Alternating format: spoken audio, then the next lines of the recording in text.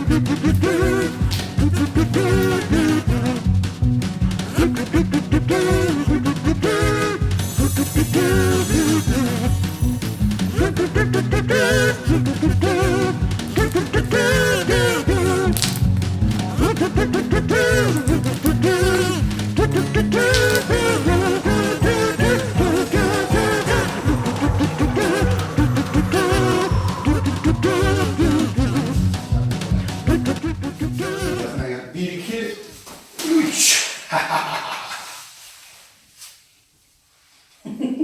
Yakın çek. Anca başarılı ol. Küçük ol. Küçük.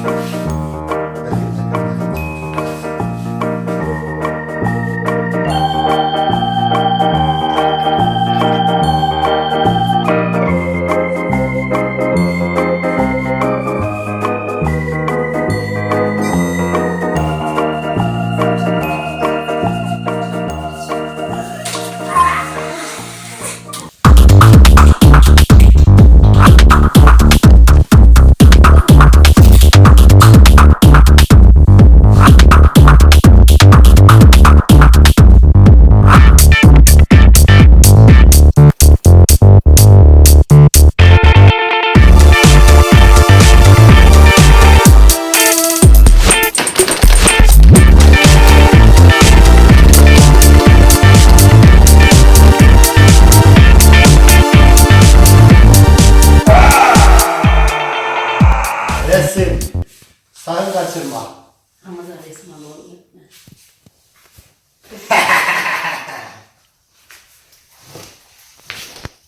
Dur lan nereye geldin?